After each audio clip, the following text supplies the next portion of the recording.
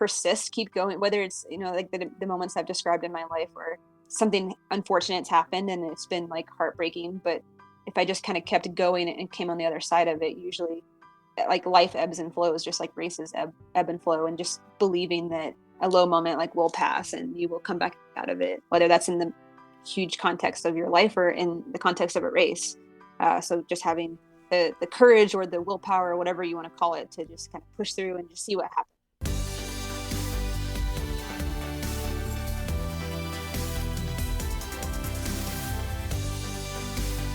You are listening to Feminine Will, powered by Sweatseat. I'm Andrea McKee. This is a show about women who choose athleticism, adventure, and bravery every day. Thanks for listening.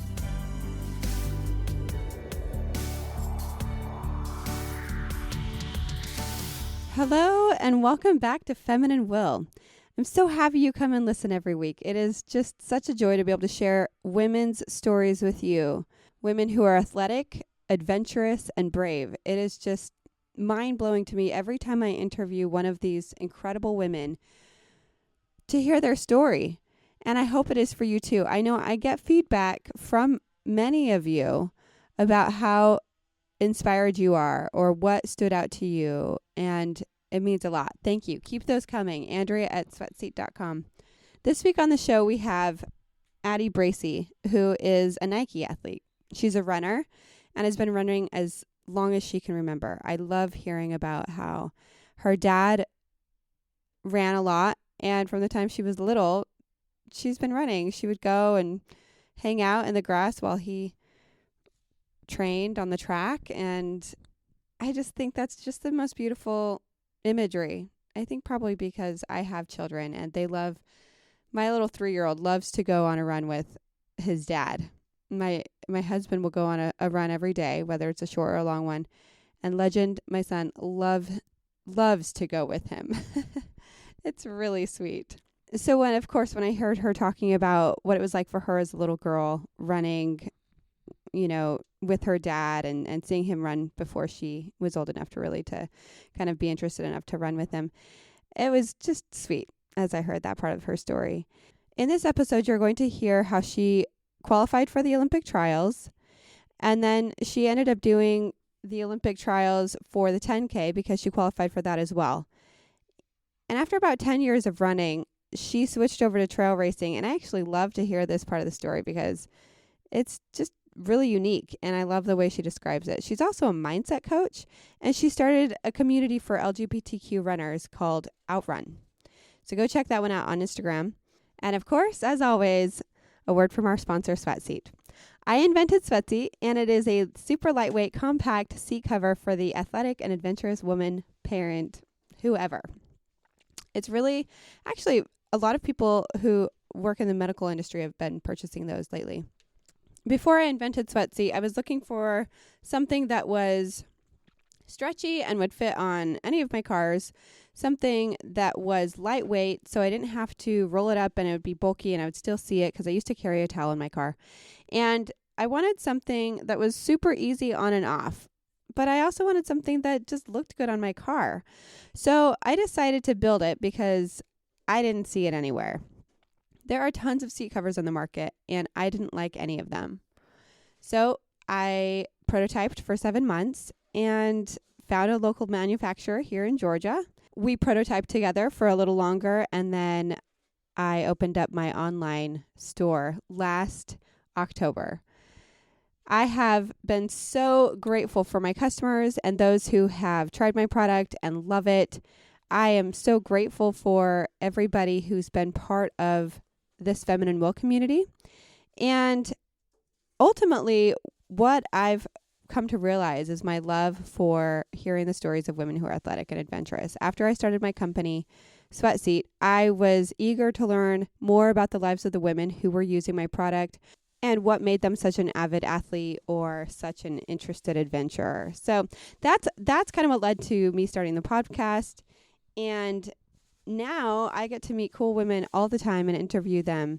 Something really exciting that has recently happened is I started a brand ambassador program. Just to be super clear, this is not an MLM. This is just a way for you to promote the product and benefit from the sales. So you'd get 10% of every sale for the code that you receive after you fill out an application.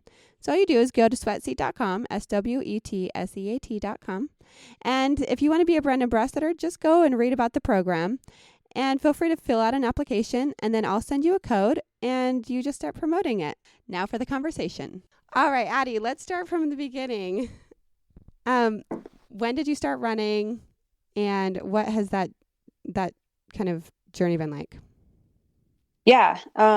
When I was really young, I don't really remember a time that I didn't like consider myself a runner. I think I ran my first 5K when I was probably like 6 years old. Wow. But my dad was, yeah, I was pretty young. My dad was a runner, so I just remember him like training all the time, and I would go to the track with him and like kind of like play in the grass or something. And as soon as I could, like join him for a lap, I would join him for a lap, and then it progressed to like around the block, and yeah, just kind of never really stopped. And so your dad was a runner. Yeah, not like super serious. He ran on his high school team and just continued running on his own, and ran some races like through college and did some triathlons and stuff like that. Oh, cool. But that was like that was one of his passions, and that just bled into you as well.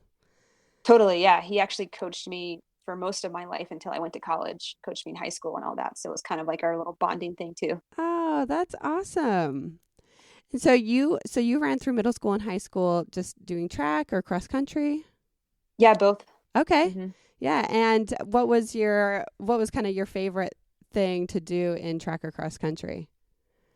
I kind of ran everything. I Yeah. went to the school I went to. I feel like I ran like every event that they wanted me to. So I was always running like the 4x4, which is hilarious because I'm not very fast, up to like the 2 mile. So I just remember racing like everything, every single meet. Okay. Wow. And once you got to college, did you continue running? Yeah, so I walked on to the team at the University of North Carolina, Okay. and was like by far the slowest person on the team my first year.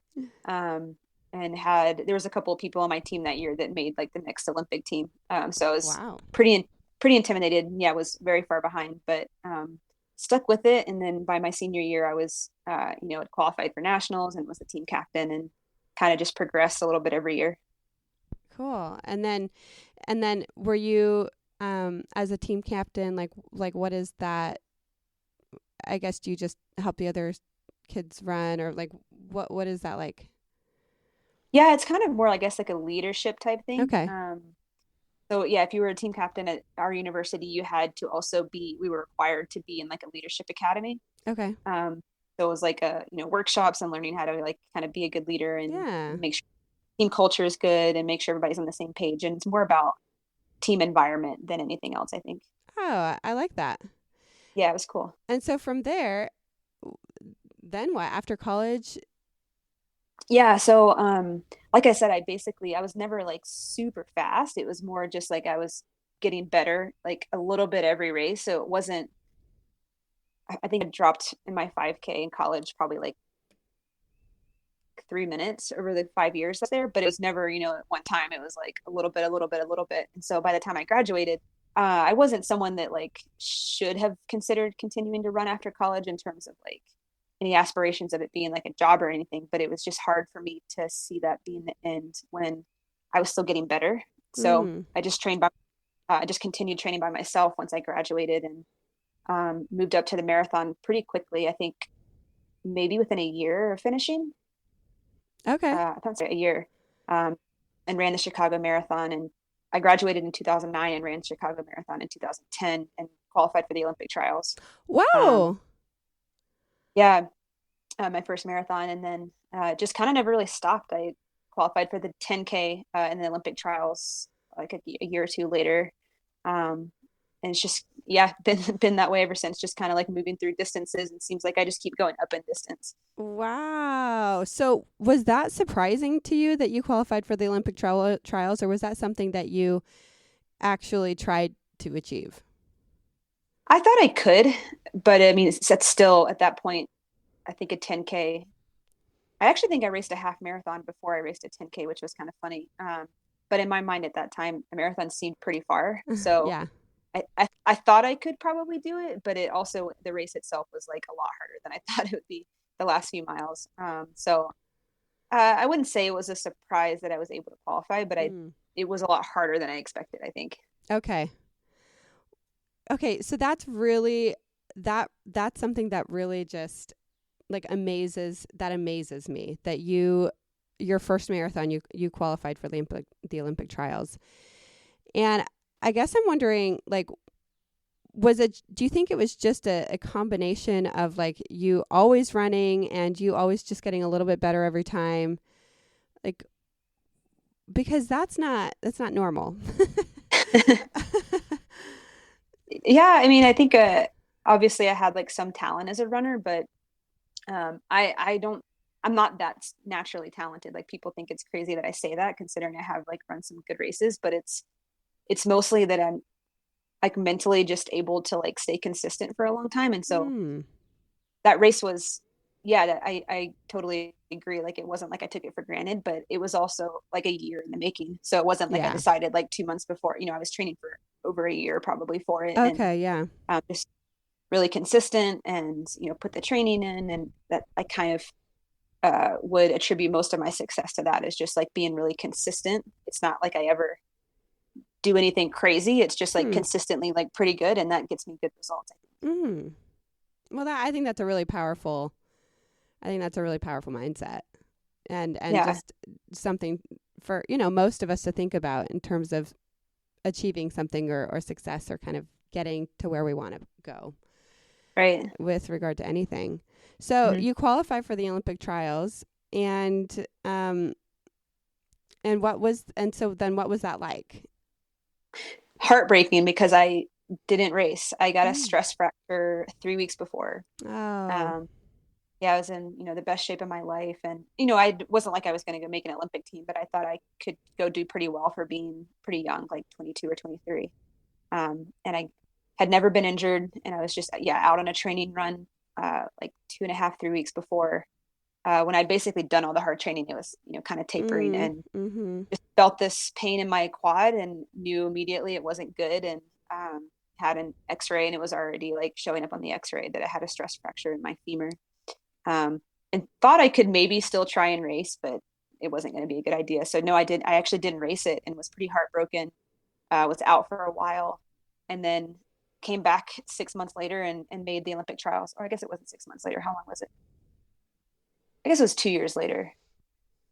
No, it was 6 months. Sorry, I had qualified in 2010, and then the trials was in February, and then that May or June I qualified in the 10K for the track trials, which is a lot harder to do. So that was a surprise. Wow. There's no way I can run that fast. And then I came back and qualified for that, and ended up running the Olympic trials at the University of Oregon that summer. Wow. So can I ask, because to me it's not all about time, but we did have you, Laurie Knowles, do you know her? Or I know the name, maybe. yeah, so she was she came on the show, and she also qualified for the Olympic trials 4 different times. And it was so interesting talking to her, just like it is you, with just the speed. I mean, I've done a marathon, and I am amazed. I am amazed when I listen to you tell me that you did your first marathon and you qualified for the Olympic trials. What is it okay for me to ask your time that For that qualified first time, you? or Yeah, that first the time. the first time I ran 2:42, Wow. I think. And I raced a few more after that. I qualified in 2016 as well, but I think it was 2:42 was my first one. Wow. And so mentally, how did you deal with not being able to run it? Um, I mean, it was hard. I think at the time, that's how it always is. There's like a challenge you face, and at the time it seems like the end of the world, but uh making the track trials it's more meaningful to me, at least, just being a Mm. track runner. And Mm-hmm. there's less people that make it. They only take like 25 or 26 versus a Okay. few hundred. So um when I looked back, I don't think I could have done both. Like I think it would have Mm. taken me too long bounce back from the marathon, but I had time to take a break and heal and then start training again. And so looking back, it seemed like it happened, the way it should have. And that trials was really meaningful because I ran the 10K at the University of Oregon at the old Hayward Field, which is pretty historic, on Father's Day. And my dad was there with me. And so that was just like kind of a cool experience. Him being a track fan for so long and, being a Prefontaine fan and getting to watch me run it at the University of Oregon was just like a really special time for us. Oh, I bet it was. That's beautiful. What a gift to have such a supportive and loving father. Somebody who was there with you. Yeah. Yeah. And who was a big part of the reason that you were a runner. Mm-hmm, for sure. Yeah. I feel really lucky. Yeah. And so you did you ran the Olympic trials for the 10K. And what was that experience like in the race? Right, it was amazing. Yeah. So I only qualified, I want to say like 10 days before, like I qualified at the very last minute. So yeah, it was crazy. So it was, I mean, my race itself went pretty poorly, but it was because I had raced so many times to try and qualify that I think I was just dead. But I mean, yeah, just the experience of being there and running in like a packed stadium, and it's almost a 2-week event. So we just, I ran like one of the first days, and so my family came and we just stayed and were like track fans the rest of the time and watched all the other races. And one of my best friends made the Olympic team, and so watching her race was really cool. So pretty surreal. Yeah, it was awesome. That does sound powerful, because I actually haven't been to anything like that before. Yeah. So I'm glad you explained a little bit more and kind of gave us a visual of what that was like. And so after that, you where did you go from there? This was all back in 2010. This was in 2012. Oh, okay. My first marathon was in 2010. Okay. But the Olympic trials were in 2012. I at that time I think I thought, wow, I just made the 10K trials, like not even training for that long, and I was injured all winter, like the sky's the limit kind of thing. And that wasn't what happened. I think the next 3 years I ran okay. I didn't run faster in anything except the marathon. And then in 2016, so 4 years later, I did make the marathon at the Olympic trials. I ran 2:35, which was my PR. And I did run at the LA Olympic trials, but when spring rolled around, I couldn't qualify for the track. I kept trying and trying and trying, and I wasn't even coming close, to the time I ran when I was 4 years younger, and was pretty frustrated. And I think that's the challenge with our sport, is it's pretty objective and black and white. And it's like, you're either getting faster or you're not. And if you're not, then it's pretty frustrating.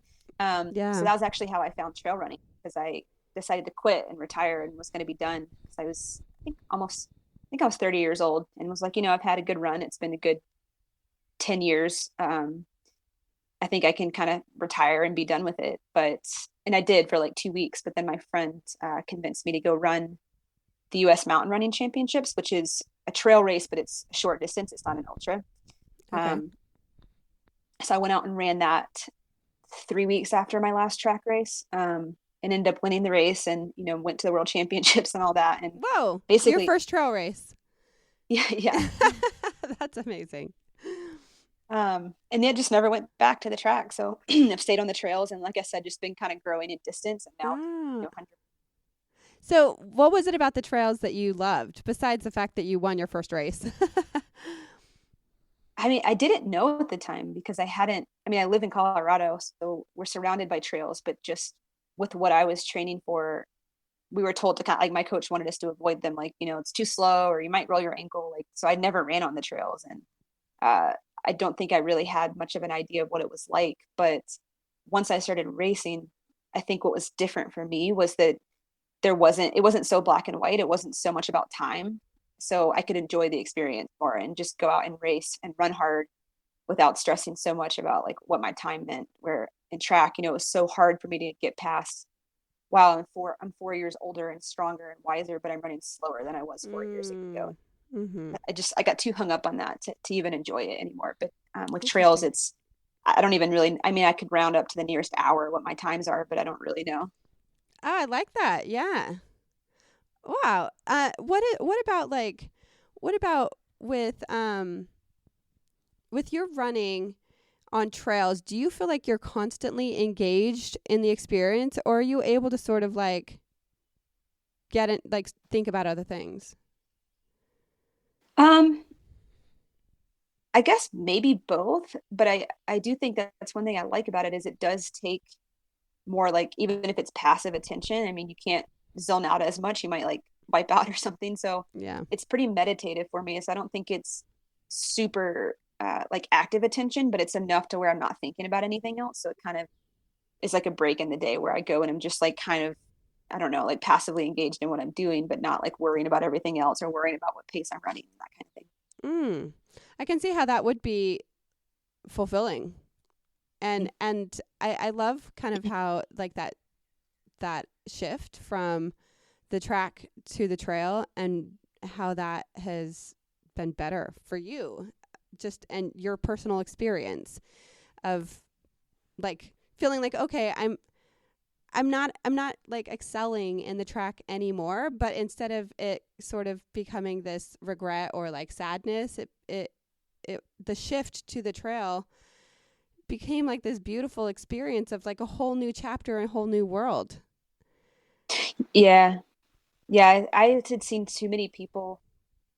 I always told myself once I stopped getting better on the track that I would stop before I started to hate the sport because I had seen so many people like what you're describing, just like not enjoying it and not getting better, but trying to force it for too long and Mm-hmm. then coming to hate it. But running was always a part of who I am since I was, young. So I was, as soon as I saw myself resenting the sport or not wanting to do it, I was, I'm out. And you're right. I think the trails gave me an avenue to still compete and do what I love with while also preserving like what running was to me. Mm. And so tell me like what, so you won the world championship for, you went to the world championship after this first trail race. And what was that like? And where was that? And how different was it Yeah. So than the trails that you had been running on? And yeah, it was cool. Another really awesome experience. So I won the national championship and went to the world championships, and that was in, where was it? Oh, Bulgaria, which is a really random country that I didn't even know where it was until I looked. But my mom went with me, and this was another cool thing because it's right above Greece actually, and she had been wanting to go to Greece since like I could, as long as I can remember, since I was a kid. We had like a piggy bank that was like our Greece fund, and we yeah, never went. And so I took her, that's awesome. and we went on vacation in Greece afterwards, and it was an awesome trip. The race itself was okay. I didn't run as well as I wanted to, but it was also like my second mountain race, and Europe's a little bit different. The girls over there are really strong, so Hmm. um, but it was still really fun, and it was cool to travel and go somewhere new and have my mom go with me and all that. And when was this? This was 2016. Okay. And where was the race at? I don't know if you already said this or not, but where was the race that the national one that you did that you won that took you to the world? Yeah, that was in New Hampshire, Okay. I think. Yeah, Okay. Wow. I guess I never really thought of New Hampshire being like super treacherous hills.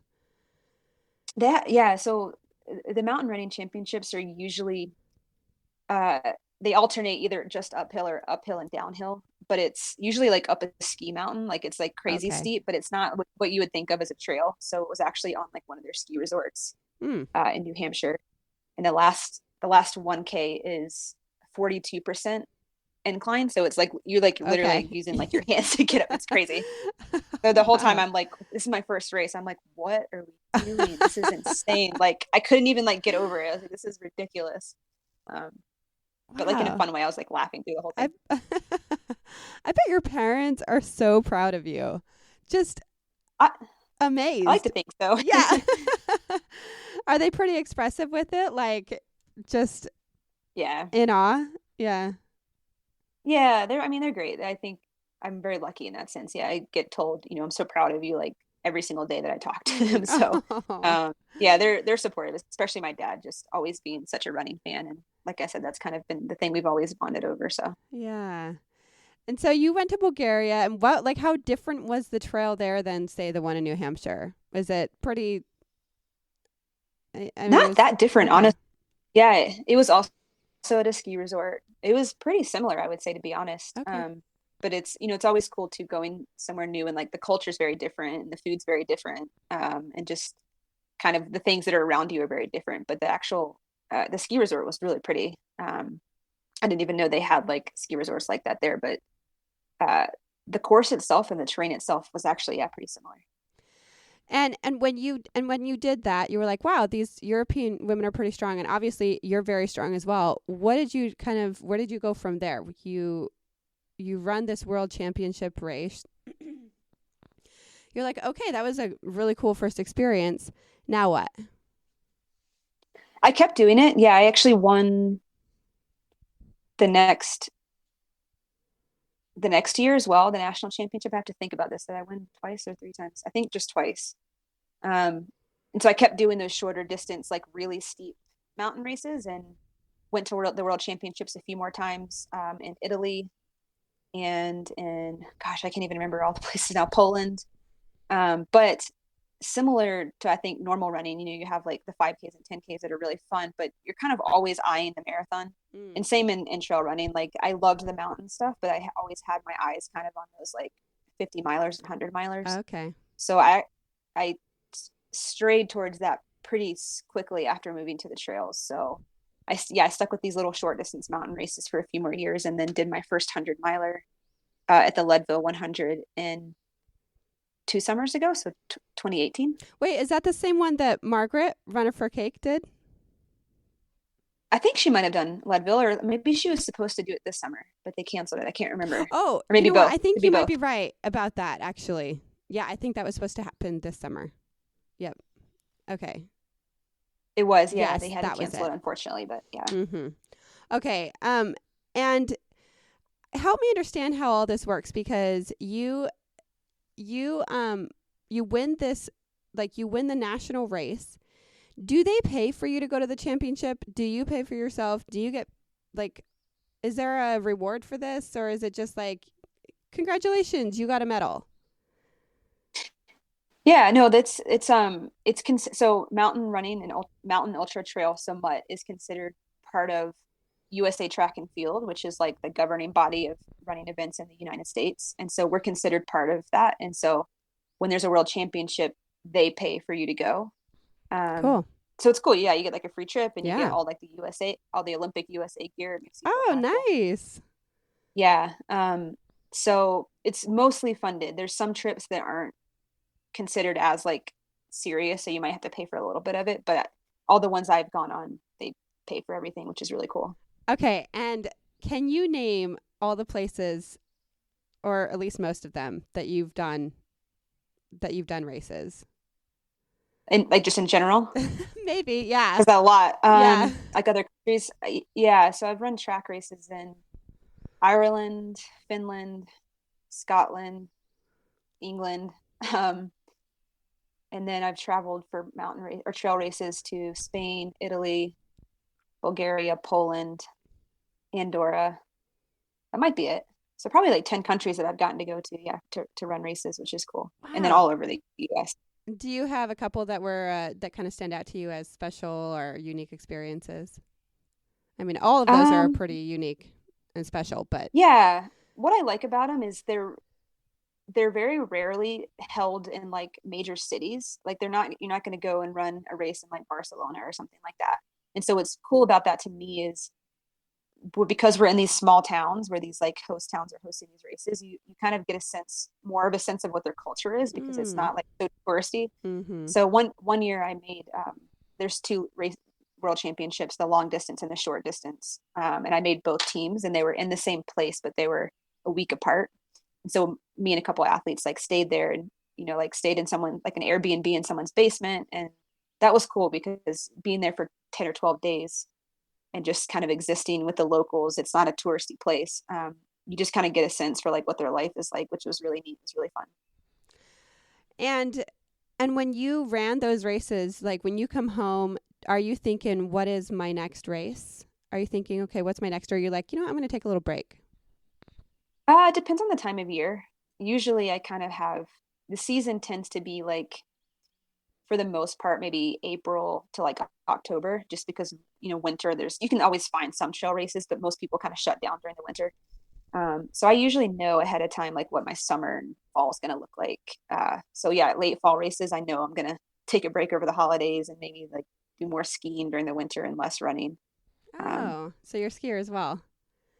so I mean, recreationally, I don't Okay, like do yeah, it for anything serious, but yeah, yeah, just to like take a break from running and have fun and yeah. go home for the holidays and not have to train is nice. Cool. And you're now a Nike athlete. Yeah. How long have you been one? 2 years, almost 2 years. And how did you become a Nike athlete? Um, I originally was running with a different company. And 2 years ago, my contract was up and I was looking for, new sponsors. And a couple of my good friends were with Nike and were really happy with it. And at the time, my partner, Corey, was still racing as well. And she's really good. And they wanted to sponsor both of us. And I thought that was really cool that, Mm. they were so supportive of diversity in the sport and were like totally on board. And so when I talked to them, that was like really attractive to me just because being older and Corey also being a little bit older, we were kind of thinking like how we want to impact, like I want to do more than just try and run fast in the sport at this point. And so it's, thinking about how you want to leave the sport and like what's important to you and like maybe the later stages of your career. So that just stuck out to me that they were so on board with that. And yeah, signed on and we had a great relationship and they're an awesome company. Oh, that's great to hear. I think because, you know, at least I've heard a few testimonials of people like from on the New York Times opinions of women's experiences with Nike as an athlete. So it's great to hear that you're having a really good experience with them. Yeah. And then there's things that I've heard too that, I'm not happy with and I also have a big issue with, but Yeah. I also have to filter my opinions through my own experience. And that hasn't been my experience. I've felt very supported and haven't dealt. And I also, my contract's not on the level of some of those people. So there's probably a lot less, control over me, but it's a big company and they represent a lot of athletes and Mm-hmm. I'm sure there's lots of different experiences, but at least mine has been a very good one. That's great. And as a sponsoring company, so that just means you get paid to race, or you get paid to run, or like what does that mean? Yeah, well, your contract varies person to person, but for the most part, yeah, they just support me. So that, Okay. includes helping me travel. Yeah, if I race well, like paying bonuses, just supporting me and making it easier for me to get to the races I need to. And just honestly, the impact of feeling like part of a team is really fun. And they're all the athletes they sponsor for Nike Trail are awesome. And I consider, my friends. And so it's kind of cool to feel like, line up next to someone else that's a Nike athlete and kind of feel like you're part of a team in a sport that's not a team sport. Oh, I like that. And so you mentioned diversity in running. Tell us more Mhm. about what you mean by that. Yeah. So when you look at not a very diverse sport, and even into just maybe the last 10 years, more women are running marathons, but I don't think a lot of women running marathons now even realize 40 years ago, like you weren't even allowed to run marathons. Mm. So that and it's been more of a male sport, but now the gap's closed. It's almost 50% female, which is incredible. After speaking to her about this, I became really curious about the history of women running marathons. And it turns out in 1967, Catherine Switzer was the first woman to officially run the Boston Marathon. It was not that long ago that women were finally allowed to compete in a marathon. And then in 1972, 6 women were allowed to run the New York City Marathon on the condition that they start 10 minutes before the men. When the start gun went off, they sat down in protest. So it wasn't even widespread that women were allowed to run in marathons. It was basically a case-by-case situation with marathons. Back to the conversation. But, and still when you look though, it's, mostly white people. It's mostly, even kind of the age, is at least in marathons and trail running tends to be, I think, like more middle age. There's not as many young people doing trail races or older Huh. people doing trail races. And Yeah. so, and there's not, like an LGBTQ community. So there's just not much diversity in the sport in general. Yeah. But I always want to point out it's not because the sport's not welcoming. It's just because that's just the way it's been. And that's, it attracts people that look like the people that are doing it. But in Yeah. reality, it's actually a very welcoming, kind, supportive, like empowering community. that wants to be more diverse, I think. And so Mm-hmm. one thing that we've been trying to push for is just kind of connect, like closing the gap between people looking for a community and a community that like is very welcoming. So tell us more about how you're doing that. Yeah, so Corey and I started an organization called OutRun, which is kind of what I just described, trying to empower LGBTQ individuals in the running community in general, not just trail running, like in general. So that what that looks like, kind of our initiative, I guess, is one to help races, like race directors, adjust their verbiage to be more inclusive. Even when you Mm. just think about when you register for a race, a lot of times what's been brought to our attention is the options are like male or female, and this day and age, that's some people don't identify as that, and so Yeah, are they forced to choose? Are they not now no longer feeling welcome in your race? I see. But I don't think races Mm-hmm. intend to do that.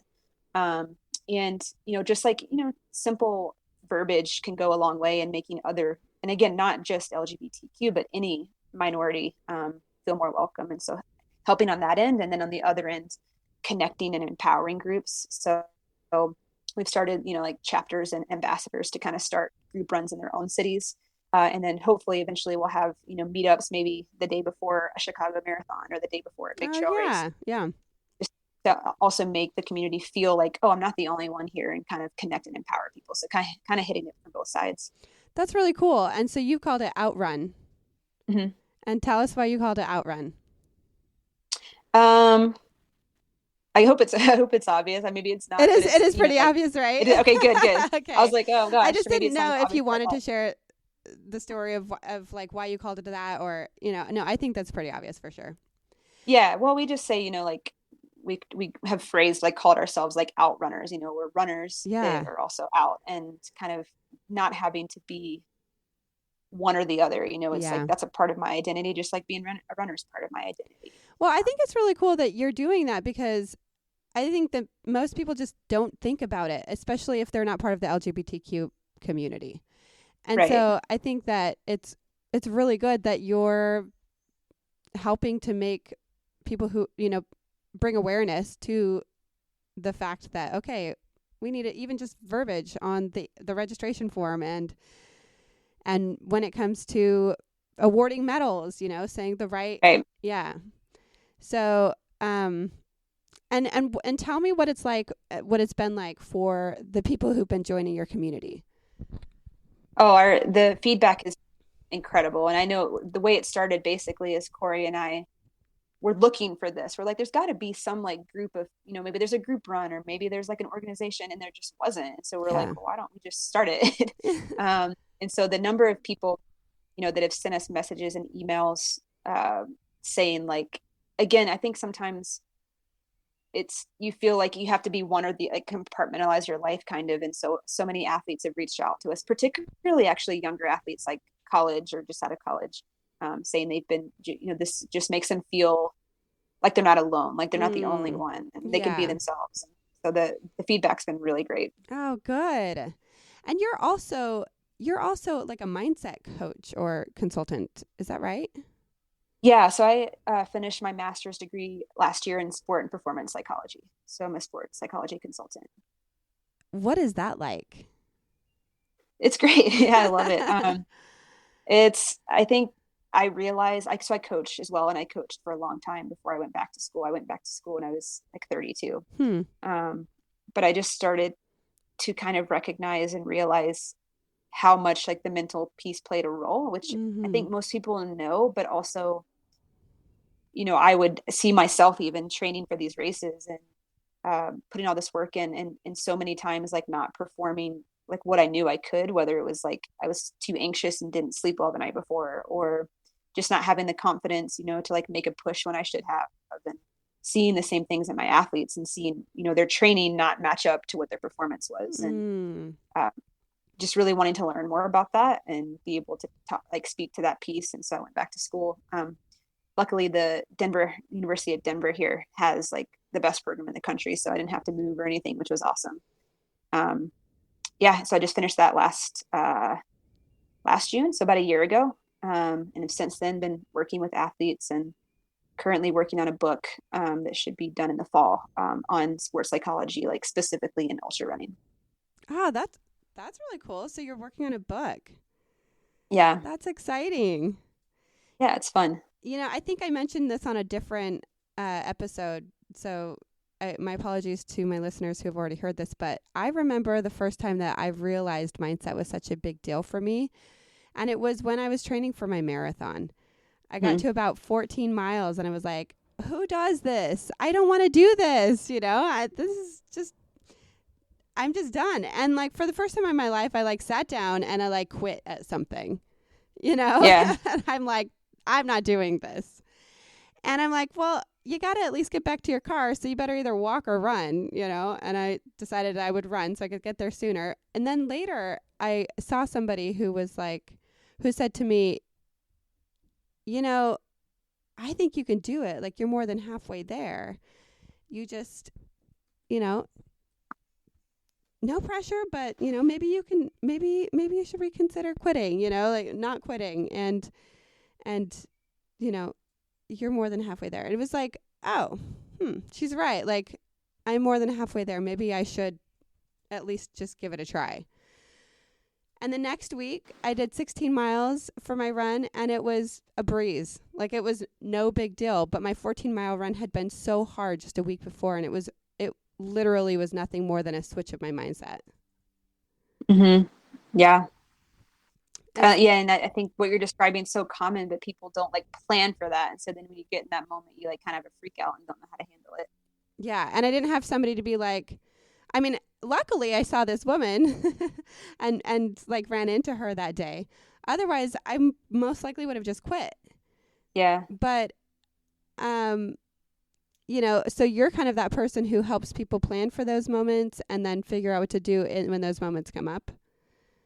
Pretty much. Yeah. It's the same, you prepare for a race physically and the training you need to do to be ready to hit mile 18 or 20 of a marathon and feel terrible, but have, the strength to finish. But it's like you're describing, the more tired you get and the more effort you're putting out, the harder the psychological piece becomes. And your brain will convince you of a lot of things. And if you're right, it's not, most of us, you're not even coming close to what like your physical capability is just as a human. Like your body will like shut you down thinking it's like preventing you from hurting yourself or something, but you're actually like nowhere close to what your limits are. And so kind of changing your perception of what pain means or discomfort means, or this feels hard right now. Okay. Yeah.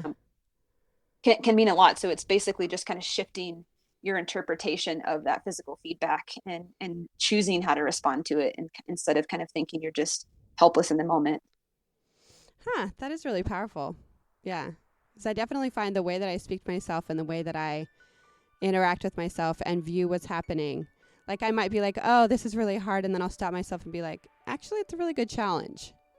Mm-hmm. And even just the difference in that mindset is like, it's huge. How would you say your feminine will has benefited you over the course of your career in running? I guess just my persistence and my consistency. This is just my opinion, but I've always said, I think women just know like how to endure basically. And whether it's, biological and, being, biologically, I don't know, like made to be in labor for many, many hours, just being able to, like I said, endure and like stay in power. So it's always made me feel like pretty empowered. And if there was anything else that you would like to share with people, or that you feel you would tell them just as a result of all the things you've experienced across this career in running, what would you love to tell somebody? I honestly, maybe even on that same page, just to like persist, kind of like keep going, whether it's, like the moments I've described in my life where something unfortunate's happened and it's been like heartbreaking, but if I just kind of kept going and came on the other side of it, usually, and I'm not someone that's like, everything happens for a reason. Like I'm not necessarily one of those people, but I do think like life ebbs and flows, just like races ebb and flow, and just believing that a low moment like will pass and you will come back out of it, whether that's in the huge context of your life or in the context of a race. So just having the courage or the willpower or whatever you want to call it to just kind of push through and see what happens, like see what's on the other side of it.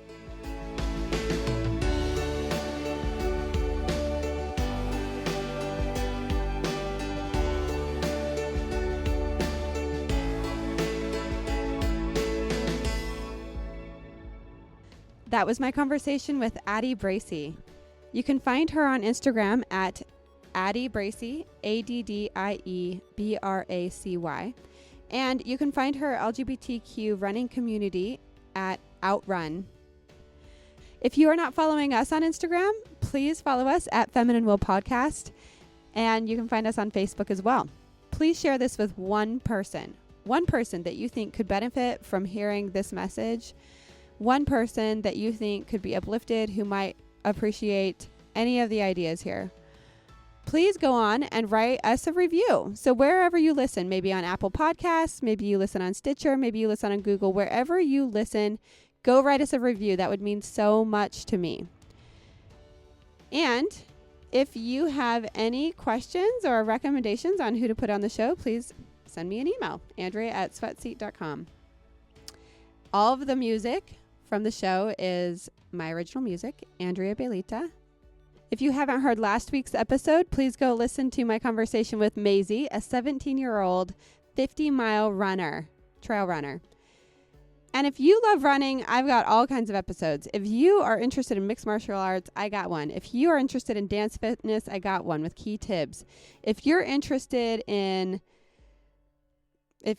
RV life, I have one with Amanda. I'm also trying to get as many different types of sports and adventures as I can on this show. So if you think of somebody who's avid in adventure, in a certain adventure or sport that you haven't heard on the show yet that you think would be great, then please let me know. And with that, I hope you have a fantastic week. I will see you next Monday.